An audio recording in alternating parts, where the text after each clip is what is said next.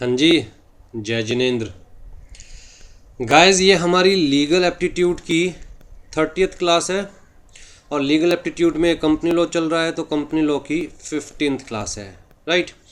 Last class के अंदर हम लोगों ने मीटिंग्स वाला टॉपिक कवर किया था, meetings of board of directors and general meetings.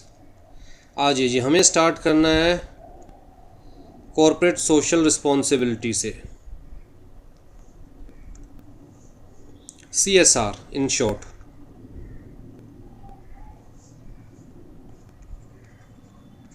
Corporate social responsibility means social responsibility of a corporate. देखिए, हम लोग अभी तक ये चीज़ तो पढ़ चुके हैं कि एक कंपनी या एक corporation is also a person in the eyes of law की नज़रों में एक कंपनी भी एक पर्सन है। तो जैसे इंडिविजुअल्स को, ह्यूमन बींग्स को सोसाइटी के प्रति अपनी रिस्पॉन्सिबिलिटीज़ फुलफ़िल करनी होती है, वैसे ही लोगों का मानना है कि हर कंपनी को, हर कॉरपोरेशन को भी सोसाइटी के प्रति अपनी सोशल रिस्पॉन्सिबिलिटी फुलफ़िल करनी चाहिए। राइट। बड़ा क्लियर कट सा कंसेप्ट है कि भैया सर्वाइवल ऑफ एनी कंपनी या business of any company depends upon the long term prosperity of the society. कोई भी कंपनी सोसाइटी में ही सर्वाइव करती है, वो रिसोर्सेज सोसाइटी से ही लेती है, वो प्रॉफिट सोसाइटी से ही क्रिएट करती है by providing goods and services to the society. Right. तो जब वो रिसोर्सेज ले भी सोसाइटी से रही है और दे भी सोसाइटी को रही है, तो लोगों का मानना है कि जो नेट इम्पैक्ट है किसी भी कंपनी का, किसी भी कंपनी की वर्किंग का, वो सोसाइटी पर पॉजिटिव होना चाहिए। ऐसा नहीं है कि उसके काम की वजह से सोसाइटी को लेट से 100 करोड़ रुपए का नुकसान हो रहा है और सोसाइटी को मिल रहा है 90 करोड़ रुपीज़। तो ओवरऑल चाहे कंपनी को प्रॉफिट हो, बट ओवरऑल सोसाइटी को 10 करोड़ रुपए का नुकसान हो रहा है। राइट। तो उसका इम्पैक्ट, उसके ऑपरेशंस का इम्पैक्ट सोसाइटी पे पॉजिटिव होना चाहिए। इसी पॉइंट ऑफ व्यू से कॉर्पोरेट सोशल रिस्पॉन्सिबिलिटी का कंसेप्ट लाया गया। Just like a natural person, every company shall fulfil its responsibilities towards the society, every company shall contribute to the nations sustainable development goal. Sustainable development goal का मतलब क्या है कि भैया आज ही सारी चीज़ एक्सप्लॉइट नहीं करनी, आज ही सारा प्रॉफिट अर्न नहीं कर लेना, आज ही सारे रिसोर्सेज ख़त्म नहीं कर देने, बल्कि धीरे धीरे ग्रोथ करते रहो, आज की जनरेशन की रिक्वायरमेंट्स को भी सेटिस्फाई करते रहो और आने वाली जनरेशन के लिए भी बचा के रखो। That is sustainable development. Right. कि सस्टेन करते हुए डेवलपमेंट करो, ना कि डेवलपमेंट के चक्कर में सब कुछ आज ही ख़त्म कर दो। ठीक है जी। तो CSR क्या है? कहता है भैया कम से कम प्रॉफिट का कुछ हिस्सा तो कंपनी को सोसाइटी के लिए देना चाहिए। कम से कम कुछ हिस्सा प्रॉफिट का कंपनी को सोसाइटी के लिए देना चाहिए। तो CSR is about how business takes into account the economic, social and environmental impact of the way in which its operates. ठीक है जी। तो कंपनी लॉ के पॉइंट ऑफ व्यू से क्या प्रोविजंस है हमारे पास? सेक्शन 135 एक ही सेक्शन है CSR से रिलेटेड। कंपनी लॉ में एक ही सेक्शन है CSR से रिलेटेड, सेक्शन 135। और CSR एक्टिविटीज़ कहाँ पर बताई हुई है? कहता है जी शेड्यूल 7 में। कंपनीज एक्ट 2013 के शेड्यूल 7 में बताया हुआ है कि अगर कंपनी के ऊपर CSR एप्लीकेबल है, CSR के प्रोविजंस एप्लीकेबल है, सेक्शन 135 एप्लीकेबल है, तो कंपनी को अपनी प्रॉफिट का मिनिमम 2%, वो हम अभी देखते हैं, मिनिमम 2% उन एक्टिविटीज़ के ऊपर स्पेंड करना है जो एक्टिविटीज़ शेड्यूल 7 में बताई हुई है। बात क्लियर है? कंपनी को अपने प्रॉफिट का मिनिमम 2% उन एक्टिविटीज़ के ऊपर स्पेंड करना है जो एक्टिविटीज़ शेड्यूल 7 में बताई गई है, अगर कंपनी के ऊपर CSR प्रोविजंस एप्लीकेबल है जो कि सेक्शन 135 में दिए गए हैं। ठीक है जी। अब सबसे पहले कौन सी कंपनीज़ के ऊपर CSR एप्लीकेबल है, CSR के प्रोविजंस एप्लीकेबल है? ये MCQ के पॉइंट ऑफ व्यू से बहुत इंपॉर्टेंट है।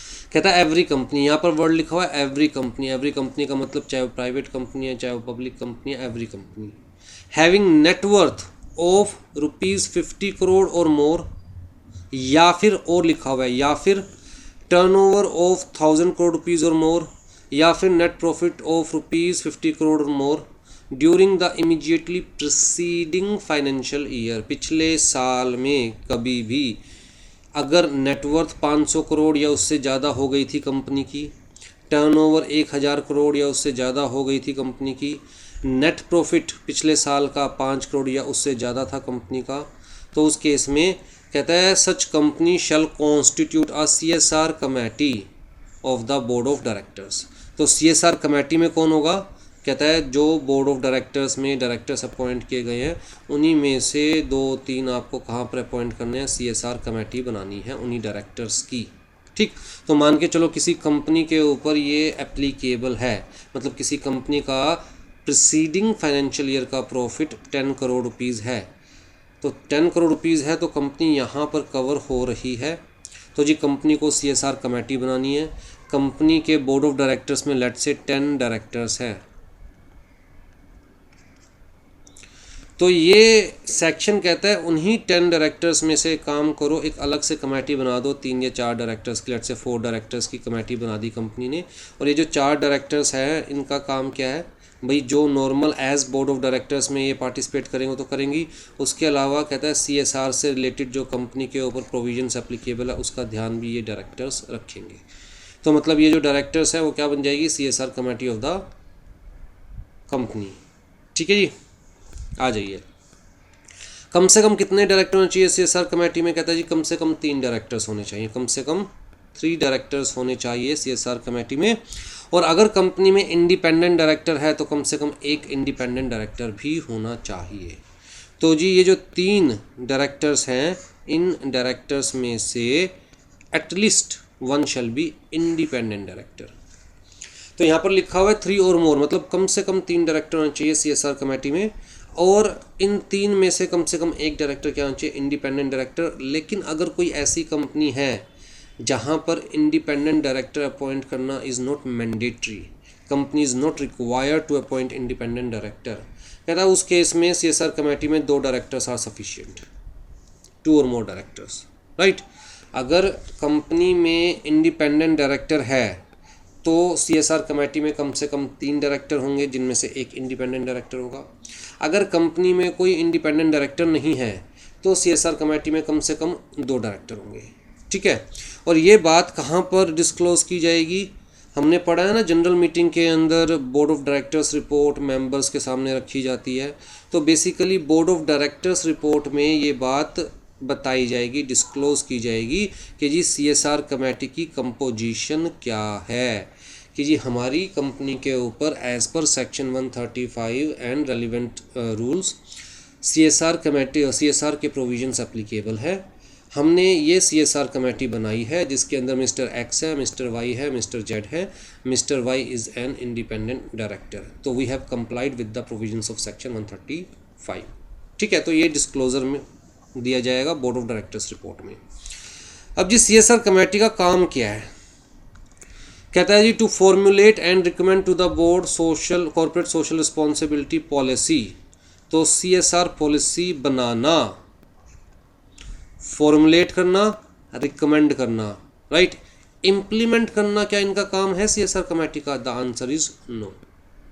इम्प्लीमेंट करना इनका काम नहीं है, दोबारा से MCQ के पॉइंट ऑफ व्यू से कह रहा हूँ, क्या काम है, फॉर्मुलेट करना, रिकमेंड करना, बनाना और बोर्ड को रिकमेंड करना क्या, CSR पॉलिसी, कि भैया ये जो हमें पैसा CSR एक्टिविटीज़ में लगाना है एज़ पर शेड्यूल 7, तो शेड्यूल 7 में तो 10-11 एक्टिविटीज़ दे रखी है, तो हमारी कंपनी को उनमें से कौन सी एक्टिविटी पर पैसा लगाना चाहिए, स्पेंड करना चाहिए, मतलब किस वे में सोसाइटी का भला करना चाहिए। ठीक है, तो पॉलिसी बनाना which shall indicate the activities to be undertaken by the company in the areas और subject specified in the schedule 7। ठीक है, recommend the amount of expenditure to be incurred on the activities, तो उन activities पे company को कितना amount spend करना चाहिए वो रिकमेंड करना। And monitor the CSR policy of the company from time to time. ठीक है, दोबारा से क्या CSR पॉलिसी इम्प्लीमेंट करना CSR कमेटी का काम है, the answer is no. Implement करना किसका काम है, कहता है कंपनी का, मतलब बोर्ड ऑफ डायरेक्टर्स का। ये CSR जो कमेटी बनाई जाएगी इसका काम क्या है, कहता है ये देखना कि हमारी कंपनी को किन एरियाज़ के अंदर पैसा स्पेंड करना चाहिए, CSR जो मनी है वो किन एरियाज़ में स्पेंड करना चाहिए और कितना स्पेंड करना चाहिए। भाई मिनिमम 2% तो बता ही रखा है कंपनी लॉ ने, यहाँ पर हम पढ़ेंगे आगे, मिनिमम 2% तो कंपनी लॉ ने बता ही रखा है। उसके अलावा भी अगर करना चाहिए तो कितना करना चाहिए, राइट। और time to time CSR policies को मॉनिटर करना कि पॉलिसीज़ में कोई चेंजेस लाने हैं या नहीं लाने हैं, वो चीज़ देखना। तो इम्प्लीमेंट करना किसका काम है, बोर्ड ऑफ डायरेक्टर्स का, ना कि CSR कमेटी का। आ जाओ जी, duty of board of director. तो जी बोर्ड ऑफ डायरेक्टर्स को CSR कमेटी पॉलिसी रिकमेंड करेगी।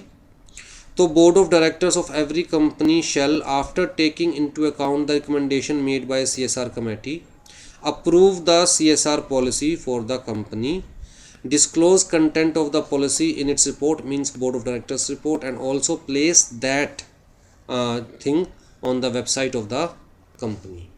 तो जी CSR पॉलिसी को अप्रूव करना बोर्ड ऑफ डायरेक्टर्स का काम है, इम्प्लीमेंट करना बोर्ड ऑफ डायरेक्टर्स का काम है, CSR पॉलिसी को डिस्क्लोज़ किया जाएगा बोर्ड ऑफ डायरेक्टर्स रिपोर्ट में, और कंपनी की वेबसाइट पर भी डिस्क्लोज़ किया जाएगा, पब्लिश किया जाएगा, ठीक है।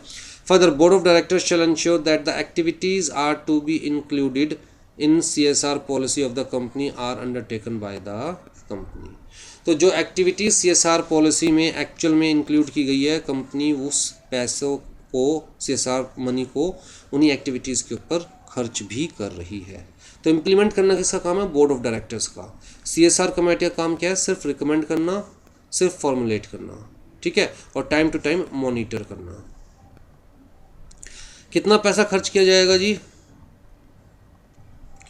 कहता है every company shall ensure that the company spend in every financial year, हर फाइनेंशियल ईयर में at least 2% of the average net profit of the company made during 3 immediately preceding financial year. तो जी कम से कम 2%, 2% कैसे निकालेंगे, कहता है जी 1 साल, 2 साल, 3 साल, financial year 1, financial year 2, financial year 3, 3 financial year का प्रॉफिट लेंगे, ऐड करेंगे। मान के चलो यहाँ पर हुआ 10 करोड़, यहाँ पर हुआ 20 करोड़, यहाँ पर हुआ 10 करोड़, तो तीनों को ऐड करेंगे, लो जी 40 करोड़ रुपीज़ आ गया। इस 40 करोड़ का एवरेज लेंगे तो डिवाइडेड बाय 3 करेंगे, एवरेज नेट प्रॉफिट लेना है ना, तो डिवाइडेड बाय 3 करेंगे, तो जो भी अमाउंट आएगा, लेट्स से इसको हम सिंप्लिसिटी के लिए 60 करोड़ कर लेते हैं, ठीक है। 10 करोड़ फर्स्ट फाइनेंशियल ईयर में, 20 करोड़ सेकंड फाइनेंशियल ईयर में, 30 करोड़ थर्ड फाइनेंशियल ईयर में, 60 करोड़ रुपीज़ डिवाइडेड बाय 3, तो 20 करोड़ का एवरेज एनुअल प्रॉफिट हो गया। पिछले 3 साल का देखते हैं, तो इस 20 करोड़ का 2%, 20 करोड़ का 2%, ठीक है जी, 20 करोड़ का 2% मतलब कितना हो गया, 40 लाख। तो ये स्पेंड करेगी कंपनी। इसी तरह हर साल पिछले 3 सालों का एवरेज देखा जाएगा और जो भी एवरेज नेट प्रॉफिट आएगा उसका 2%। अगर कंपनी अभी न्यूली इनकॉर्पोरेटेड हुई है, अभी कंपनी को 2 ही साल हुए हैं, तो कहता कोई बात नहीं, जो 2 साल हुए हैं उन 2 साल का एवरेज प्रॉफिट ले लो। पहले साल 10 करोड़ हुआ है, अगले साल 20 करोड़ हुआ है, तो कोई नहीं, 30 करोड़ रुपये डिवाइडेड बाय 2, तो 15 करोड़ रुपये आ गए, उस 15 करोड़ का 2%, ठीक है। तो कहता है where the company has not completed the period of 3 financial years since its incorporation during such immediately preceding financial year. तो मतलब कुल मिला के अगर 3 साल नहीं हुए अभी कंपनी को इनकॉर्पोरेट हुए, अभी 3 साल से कम टाइम हुआ है, जैसे हमने एग्जांपल लिया 2 साल हुए कंपनी को इनकॉर्पोरेट हुए, तो कोई नहीं, during such immediately preceding financial year 2% net average profit during such preceding financial years. कहाँ पर खर्च करना है, अकॉर्डिंग टू CSR पॉलिसी। आ जाओ जी, प्रेफरेंस कहाँ पर दी जानी चाहिए। कहता है वैसे तो ऑल ओवर इंडिया में आप स्पेंड कर सकते हो, लेकिन आपको मेजर प्रेफरेंस देनी है अपने लोकल एरिया में जहाँ पर कंपनी ऑपरेट हो रही है, क्योंकि ultimately you are taking the resources from that area, तो उस एरिया का भला करना आपकी प्राइम रिस्पॉन्सिबिलिटी है। तो लोकल एरिया या areas around which it operates for spending amount, ठीक है जी। What if company fails to spend the amount in pursuance of CSR policy? कहता है अगर कंपनी फेल हो गई, मतलब 40 लाख रुपए खर्च करना था CSR पॉलिसी के according, 2% of the profit, average profit, ठीक है।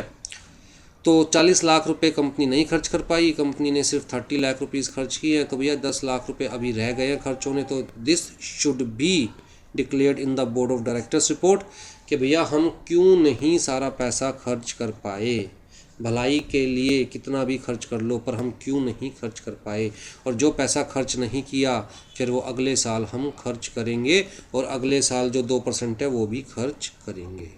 तो कुल मिला के हम ये कहेंगे कि अगले साल मान के चलो कंपनी को 30 लाख रुपए खर्च करने थे, तो अगले साल का 30 लाख प्लस जो 10 लाख पहले साल का बचा हुआ था, टोटल मिला के ये 40 लाख कंपनी अगले साल खर्च करेगी।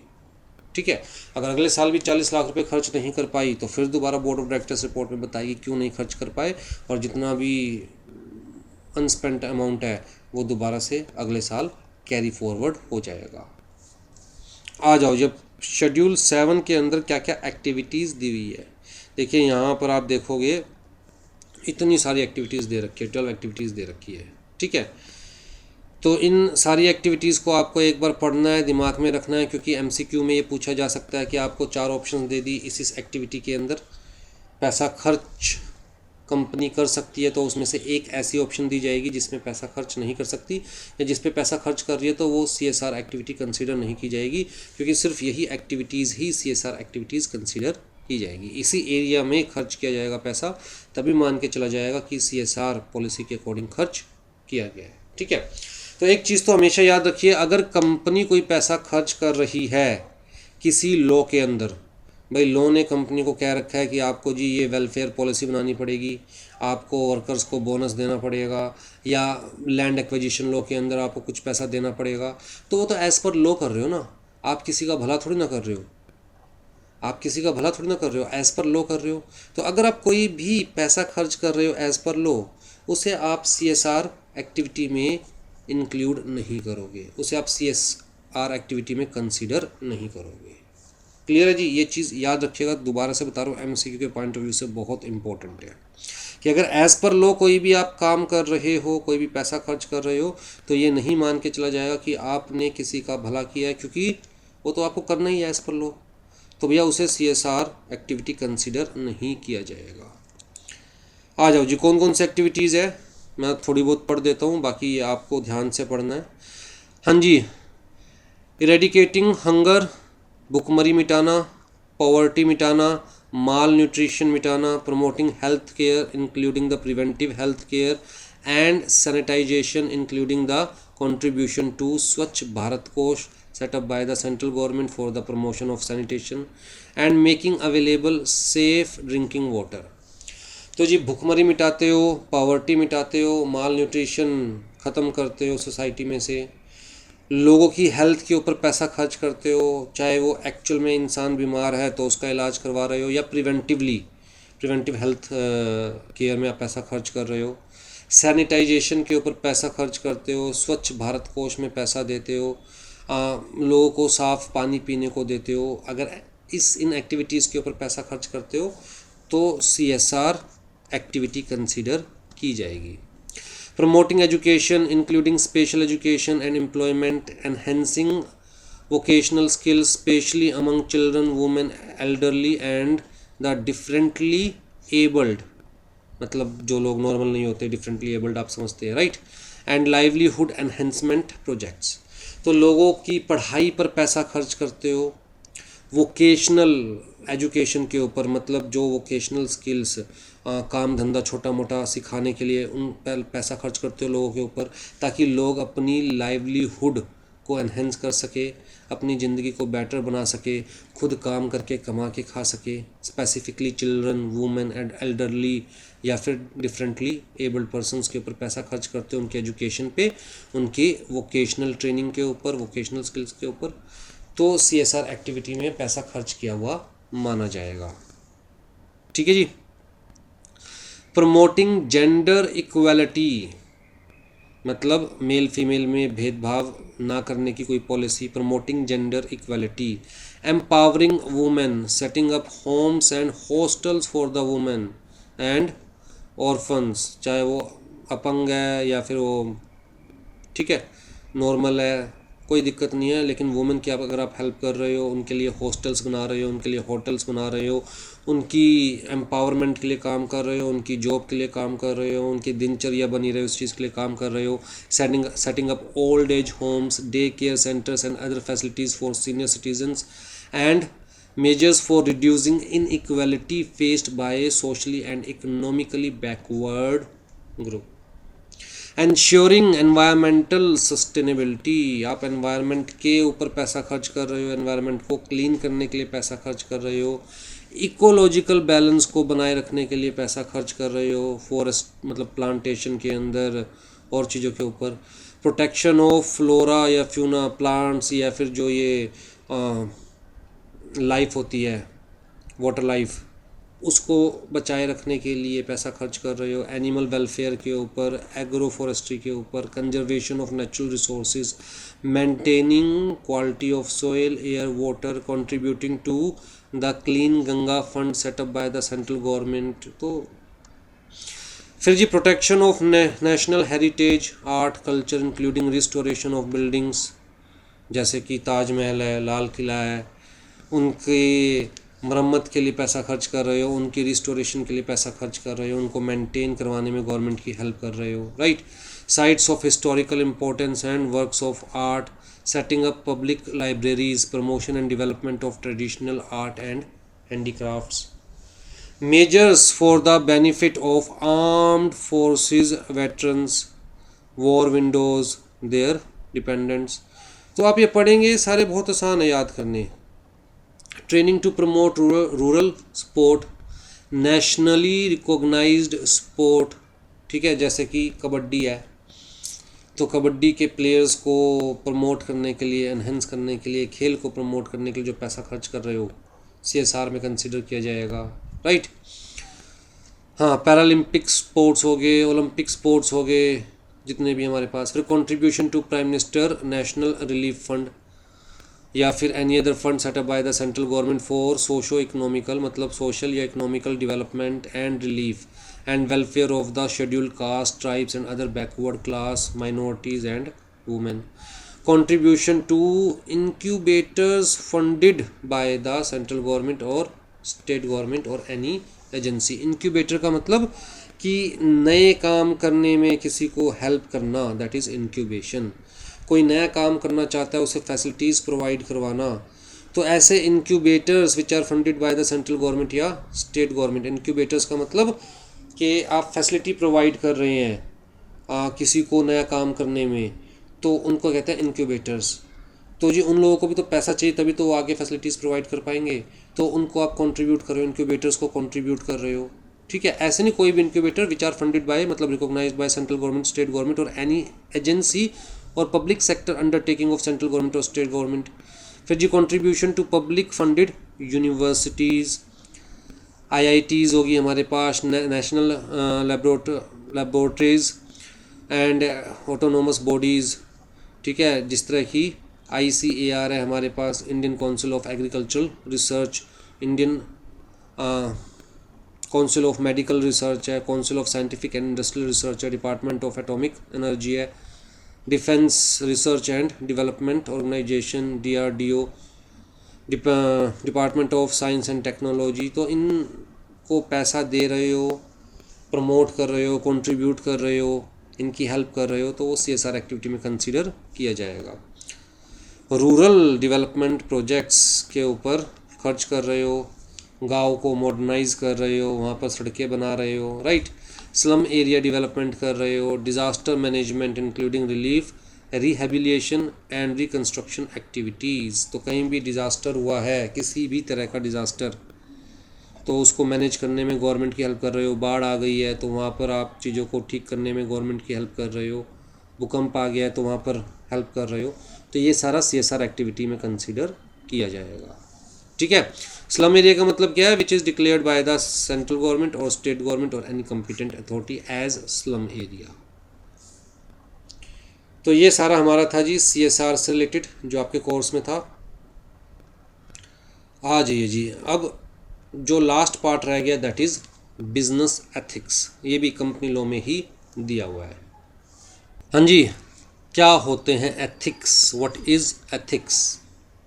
मतलब एथिक्स का बड़ा सिंपल सा मतलब है क्या सही है क्या गलत है, what is right what is wrong, what is morally right what is morally wrong. तो एथिक्स क्या है? कहता है जी वो प्रिंसिपल्स है जो भी किसी इंसान के बिहेवियर को, किसी भी इंसान के काम करने के तरीके को, कंडक्टिंग ऑफ एक्टिविटीज़ को गवर्न करते हैं।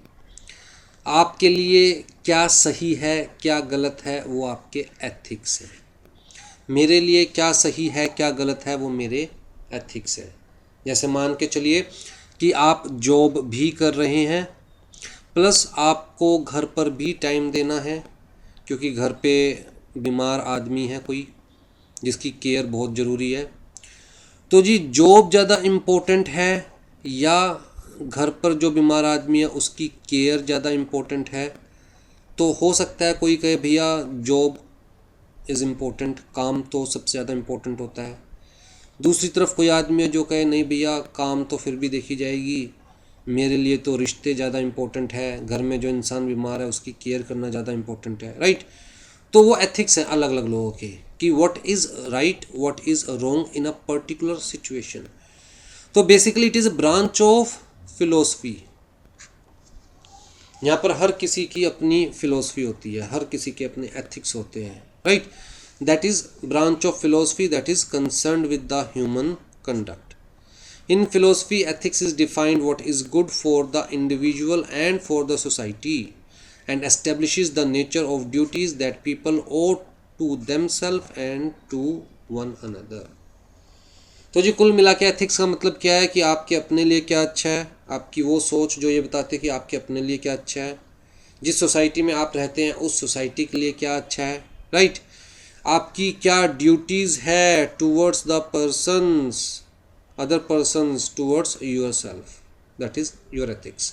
तो कुल मिला के what is morally right what is morally wrong. Ethic word जी डिराइव किया गया है ग्रीक वर्ड से भी और लैटिन वर्ड से भी। ग्रीक वर्ड कौन सा है? कहता है जी इथोस, जिसका मतलब क्या है? वे ऑफ लिविंग, या फिर ऐसी मतलब जिस माहौल में हम रहते हैं, जिस सोसाइटी में हम रहते हैं, जो हमारे कस्टम्स होते हैं। अगर लैटिन वर्ड उठाया जाए मोर्स, जहाँ से वर्ड आता है कस्टम, ठीक है। तो जिस माहौल में हम रहते हैं, जिस सोसाइटी में हम रहते हैं, जो हमारे एजुकेशन है, जो हमारे घर का माहौल है, उन सब चीज़ों पे डिपेंड करता है कि हमारे नॉर्म्स क्या होंगे, हमारे सोचने समझने का तरीका क्या होगा, हमारे लिए क्या सही होगा, हमारे लिए क्या गलत होगा। तो वहीं से निकाला गया है। इथोस का मतलब वे ऑफ लिविंग और मोर्स का मतलब कस्टम। तो वहीं ये दोनों चीज़ मिलकर ही क्या बनाते हैं हमारे ethics. Ethics examines the rational justification of our moral judgement. हमारे एथिक्स बताते हैं कि हमारे लिए क्या मॉरली सही है क्या मॉरली गलत है। It studies what is morally right और रॉन्ग, जस्ट और unjust. Ethics define how individuals choose to interact with one another. एक इंसान है जिसके लिए बहुत इम्पोर्टेंट है कि भैया काम करना है चाहे दुनिया में कुछ भी होता रहे। तो भैया उसके हिसाब से अगर वो काम को प्रॉपर टाइम दे रहा है तो वही उसकी पूजा है, वही उसकी अर्चना है, वही उसकी ज्योति है, वही उसकी प्रेरणा है। दुनिया भर की सारी लड़कियों के नाम वही है उसके लिए, उसका काम। दूसरा इंसान कहता है नहीं भैया काम भी करना है लेकिन साथ में पर्सनल लाइफ को भी लेकर चलना है। अगर घर में वाइफ बीमार है तो उसकी केयर भी करनी है। फ़र्क है दोनों की सोच में, दोनों की फ़िलोसफी में। एक कहता है भैया घर का काम करना सिर्फ मेरी वाइफ का ही काम है क्योंकि शी इज़ हाउस वाइफ। दूसरा कहता है भैया कोई बात नहीं, मैं बाहर भी काम करता हूँ, अगर घर में भी वाइफ का हाथ बटा सकता हूँ तो उससे हमारे रिलेशंस और स्ट्रॉन्ग बनेंगे। तो दोनों की सोच में फ़र्क है। तो एक के लिए क्या मॉरली राइट है, दूसरे के लिए क्या मॉरली राइट है, एक के लिए क्या मॉरली रॉन्ग है, दूसरे के लिए क्या रॉन्ग है, मतलब उनके अपने एथिक्स क्या है। तो ethics is related to issues of proprietary, क्या सही है क्या गलत है, rightness and wrongness. What is right is ethical and what is wrong is unethical.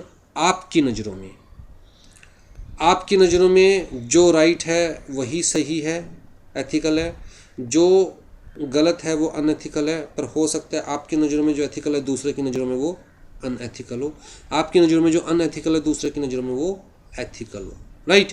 It is also defined as the science of highest good, मतलब आपकी नज़रों में क्या सबसे ज़्यादा अच्छा है वही आपके एथिक्स है। मैकेंजी ने कैसे डिफाइन किया इसे, ये जो डेफिनेशंस है ना, ये एमसीक्यूज़ के पॉइंट ऑफ व्यू से बड़ा इंपॉर्टेंट होती है। तो मैकेंजी ने कैसे डिफाइन किया इसे, the study of what is right और गुड इन ह्यूमन कंडक्ट और the science of the ideal involved in human life.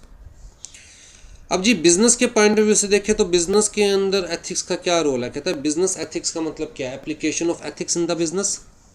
Business करते हुए हमेशा आपके सामने सिचुएशन आती है कि यार ये सही भी कर रहा हूँ या नहीं कर रहा, सामने वाले को चीट कर रहा हूँ, क्या ये सही है करना, क्या ये गलत है करना। एज ए प्रॉपर्टी डीलर आप किसी को घर दिखाने जा रहे हो, आपको छोटी मोटी कमियां पता है घर की, लेकिन फिर भी आप क्लाइंट को नहीं बता रहे, तो एथिकली अब किसी के लिए वो चीज़ बहुत इंपॉर्टेंट है, नहीं भैया मैं तो अपने क्लाइंट को हर चीज़ बड़े डिटेल में डिस्क्लोज़ करूँगा। किसी को लगता है नहीं यार इतना डीप में नहीं जाना चाहिए, क्लाइंट को दिखा तो रहे, अपने आप देख लेगा, ठीक है। तो कुछ कहते हैं यार इसमें कोई एथिक्स वाली बात ही नहीं है, बिजनेस है, बिजनेस में थोड़ा बहुत झूठ बोलना चलता है। तो बेसिकली बिजनेस एथिक्स क्या है आपके, राइट।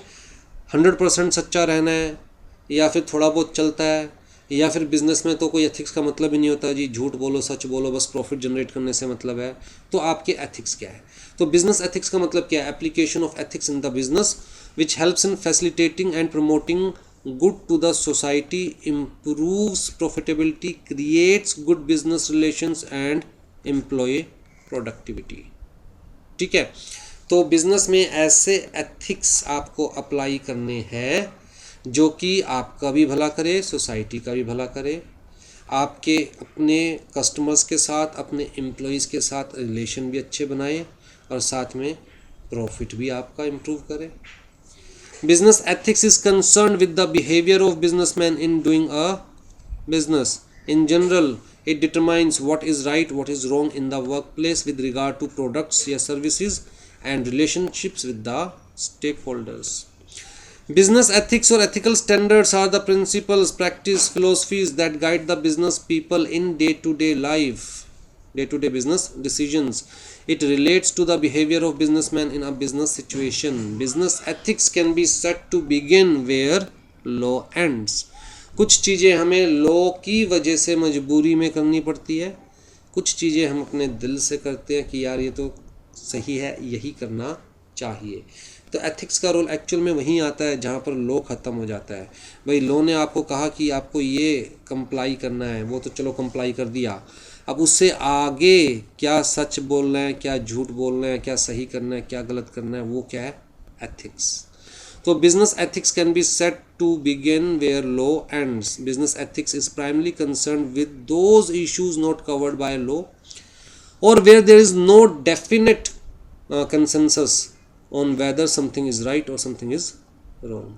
तो कोई स्पेसिफिक कंसेंसस नहीं है, मतलब कोई स्पेसिफिक कस्टम नहीं है, कहीं कुछ लिखा नहीं हुआ कि ये सही है ये गलत है, वहाँ पर दिल की आवाज़ आती है, एथिक्स की आवाज़ आती है कि क्या ये सही है या गलत है। व्हीलर के अकॉर्डिंग कहता है business ethic is an art and science for maintaining harmonious relationship with the society. Society के साथ मिलजुल कर रहना है, सोसाइटी को एक्सप्लॉइट नहीं करना है, सोसाइटी में रहते हैं, सोसाइटी को साथ लेके चलना है, it's various groups and institutions as well as recognising the moral responsibility for rightness and wrongness of the business conduct. तो यहाँ अलग अलग डेफिनेशंस दे रखी है, जैसे कि रोजिन ने क्या कहा, business ethics refers to right और wrong behaviour in business decisions. तो सेम चीज़ ही है, आई थिंक आपको कंसेप्ट तो क्लियर है what is business ethics. Principle of business ethics की बात करें तो जी कुछ प्रिंसिपल्स हैं जिनको आपको ध्यान रखना है, और सिर्फ एग्जामिनेशन पॉइंट ऑफ व्यू से ध्यान नहीं रखना, आपको लाइफ में भी ध्यान रखना है। बहुत काम के प्रिंसिपल्स हैं और यकीन मानिएगा अगर आप फॉलो करते हैं तो हमेशा प्रॉफिट में ही रहेंगे। मैं पर्सनली बताऊं तो इनमें से अगर कोई प्रिंसिपल मैंने फॉलो नहीं किया तो मुझे नुकसान ही हुआ है। हाँ जी, सबसे पहले स्केयरनेस ऑफ मीन्स एंड एंड्स। तो बड़ी सिंपल सी बात, मीन्स का मतलब किसी भी काम करने के तरीके को हम कहेंगे means, way, of doing things. और एंड का मतलब जो हमारी डिज़ायर है, जो हम अचीव करना चाहते हैं, जो हमारा एम है। तो सबसे पहला प्रिंसिपल क्या कहता है? We must right way, we must adopt right way to achieve the desired result. अगर हम गलत तरीका अपनाएंगे तो शायद शॉर्ट टर्म में प्रॉफिट हो सकता है, लॉन्ग टर्म में लॉस ही होगा। तो जो भी हमारा डिज़ायर्ड रिजल्ट है, जो भी हमारा एंड है, उसको अचीव करने के लिए we must adopt right way, we must adopt right mean. The mean and technique adopted to serve business ends must be scared and pure। साफ सुथरे होने चाहिए। यहाँ पर scared का मतलब क्या है? मतलब प्योर होने चाहिए, ठीक है, सही तरीका अपनाओ काम करने का। It means that good and can not be attend, मतलब अल्टीमेटली रॉन्ग मीन्स को यूज़ करके आप लॉन्ग टर्म में फ़ायदे में नहीं रह सकते। You can't attain good end, good result, even if it is beneficial to the society. हाँ जी, not to do an evil, गलत काम मत करो। Don't do wrong to any one और यूर सेल्फ, अपने साथ भी गलत मत करो, किसी और के साथ भी गलत मत करो। अगर आप अपने साथ भी गलत कर रहे हो तो लॉन्ग रन के अंदर यकीन मानना सब चीज़ें ख़राब होने वाली है। मतलब एक सिंपल सा एग्जांपल देता हूँ। आप एक घर में रहते हैं जहाँ पर आपको लगातार दबाया जा रहा है, आपकी इच्छाओं को दबाया जा रहा है, और आप भगवान बनने की कोशिश कर रहे हो, और आप अपने आप को मारते जा रहे हो, अपनी विल को मारते जा रहे हो। तो कहीं ना कहीं जाकर 2 साल में, 5 साल में, 7 साल में अंदर का गुबार बाहर आएगा। और जब वो बाहर आएगा तो जितने रिलेशन 4-5 साल में आपने बनाए हैं, सब कुछ डिवोट करके सब रिलेशन को लेकर बह जाएगा और आप अकेले रह जाओगे। तो अपने साथ भी कभी गलत मत करो, सामने वाले के साथ भी गलत मत करो। ईविल टू अनदर और टू वन सेल्फ, किसी और के साथ गलत करोगे या अपने साथ गलत करोगे, is unethical whether evil is a mean और एन एंड। चाहे गलत काम करने का तरीका हो या गलत रिजल्ट हो। प्रिंसिपल ऑफ प्रोपोर्शनैलिटी कहता है जी, बड़ा सिंपल सा प्रिंसिपल है। कहता है कुछ भी करने से पहले सोचो समझो। अगर आप अनप्लान्ड वे में कुछ भी करते हो तो हो सकता है आपको नुकसान पहुँचे, हो सकता है सामने वाले को नुकसान पहुँचे। अनप्लान्ड एक्ट में hurt others. One should make proper judgement before doing anything so that others do not suffer from any loss और risk evils by the conduct of the business. Non cooperation in evils, किसी भी गलत काम का हिस्सा मत बनो। A business should not cooperate with anyone for doing any evil act। किसी गलत काम का हिस्सा मत बनो। कोऑपरेशन विद अदर्स, औरों के साथ तभी कोऑपरेट करो जब और एथिकल्स हैं। Cooperate only those who are ethicals, only good people deserve help. बहुत इम्पोर्टेंट है ये। सिर्फ अच्छे लोग ही औरों की हेल्प डिज़र्व करते हैं। अगर आप अनएथिकल लोगों को कोऑपरेट करोगे तो सबसे पहले तो आप खुद भी अनएथिकल हो गए। दूसरी बात, अनएथिकल लोग कभी भी आपकी कोऑपरेशन की वैल्यू नहीं करते, और उनको कोऑपरेट करने का मतलब आप किसी और के साथ गलत करने में भागीदार बन रहे हो। Business should help others only, याद रखिएगा, only in that condition when other deserves for help। तो जी सोच कर समझ कर काम करो। दूसरे की हेल्प तभी करो जब सामने वाले को आपके हेल्प की ज़रूरत है। किसी भी अनएथिकल पर्सन की हेल्प मत करो, उसको कोऑपरेट मत करो। अगर आप उसे कोऑपरेट कर रहे हैं तो आप अपने साथ या दूसरों के साथ गलत कर रहे हैं। पब्लिसिटी, ये कंसेप्ट, ये प्रिंसिपल बड़ी सिंपल सी बात कहता है कि भैया कोई भी एडवांटेज तभी ले सकता है जब औरों को कोई बात ना पता हो। अगर हर किसी को सारी बातें पता होगी तो कोई किसी दूसरे के ऊपर एडवांटेज नहीं ले सकता, कोई किसी चीज़ को मिसयूज़ नहीं कर सकता, क्योंकि सबको सारी इन्फॉर्मेशन है, right. If everyone knows about something no one can take advantage over others. Anything that is being done or is to be done should be brought to the knowledge of everyone.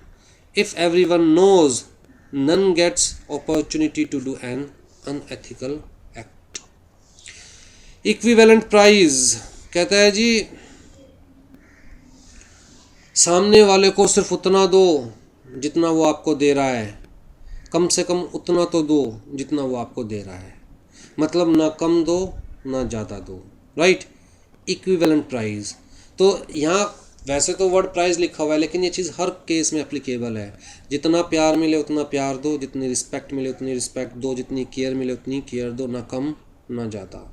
एक बहुत पुराना दोहा है कि रहीमन खड़े बाजार में मनाए सबकी खैर, नहु किसी से दोस्ती नहु किसी से बैर। अगर आप एक्चुअल में बिज़नेस करना चाहते हैं तो किसी के साथ बिना दोस्ती कीजिए, ना किसी के साथ दुश्मनी कीजिए, सामने वाले के साथ टू द पॉइंट बात कीजिए, जितना सामने वाला दे रहा है उतना ही सामने वाले को दीजिए। Universal value, every business should maintain universally accepted value. ऐसा नहीं कि हमारे तो घर में ऐसा ही होगा, हमारे तो बिज़नेस में ऐसा ही होगा। सबको वो वैल्यूज़ अडॉप्ट करनी चाहिए जो यूनिवर्सली एक्सेप्टेड हो, जो एक्चुअल में होता है। अपनी खुद की वैल्यूज़ डिफाइन मत कीजिए जब तक वो और लोग एक्सेप्ट ना कर ले। Your act should be accepted by everyone. Human dignity, do not exploit the labour. Labor is not only the factor of production, they are also human. With labors also human dignity shall be maintained. Non-violence, don't hurt others, don't exploit consumers and society using unethical means. Hurting others' interest is equivalent to violence.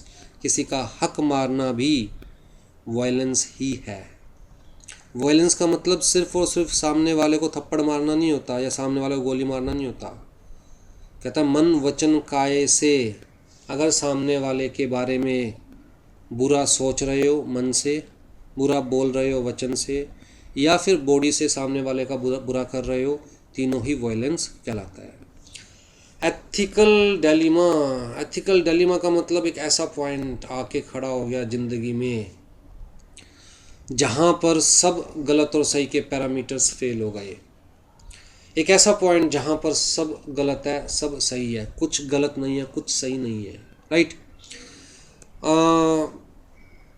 एक movie थी अजय देवगन की, दृष्टम करके कुछ इस type में movie थी, जहाँ पर उसकी वाइफ और उसकी बेटी से एक लड़के का खून हो जाता है बाई चांस, एक्सीडेंटली, राइट। वो उसे हर्ट नहीं करना चाहती थी लड़के को, लेकिन अपने आप को सेव करने के लिए एक्सीडेंटली वो लड़के को मार देते हैं, अजय देवगन की वाइफ और उसकी बेटी। अब अजय देवगन को वहाँ पर साफ साफ दिख रहा था कि मेरी वाइफ की मेरी बेटी की गलती नहीं है, अपने आप को सेव करना चाहती थी, एक्सीडेंटली लड़का मारा गया।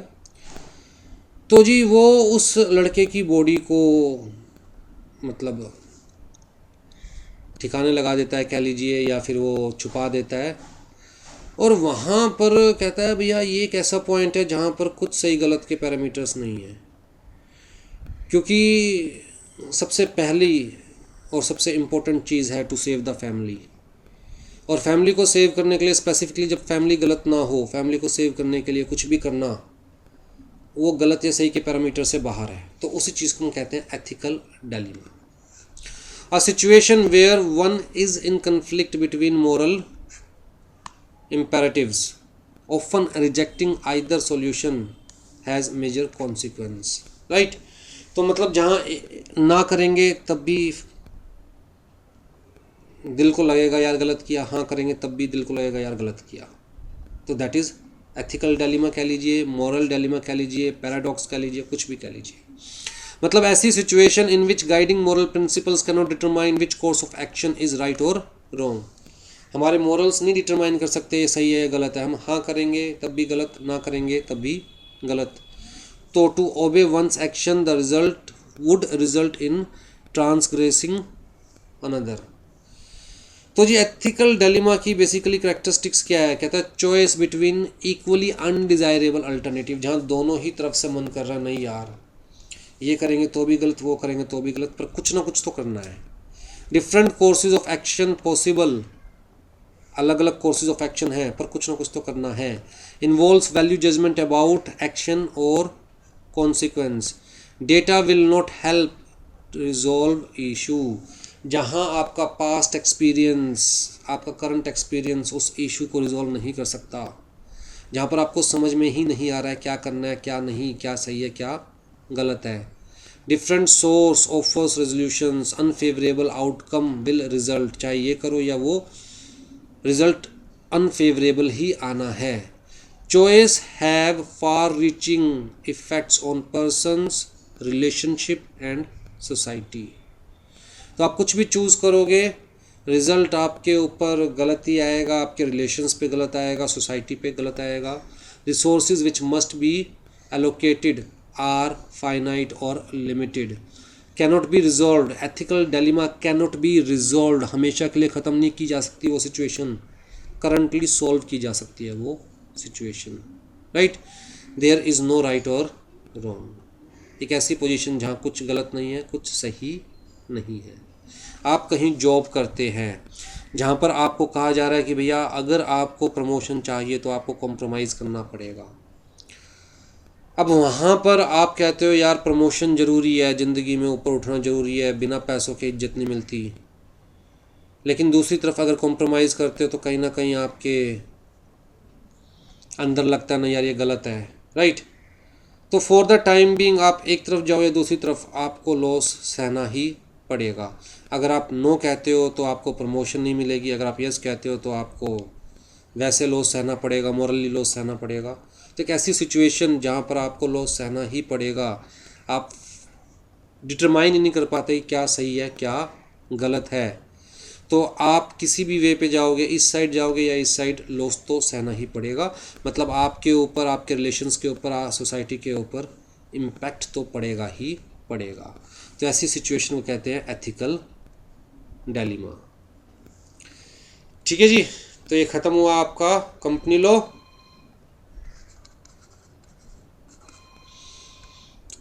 तो नेक्स्ट क्लास से लीगल एप्टीट्यूड का नया चैप्टर स्टार्ट करेंगे।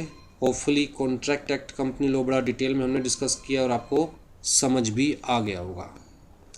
चलिए जी, टेक केयर।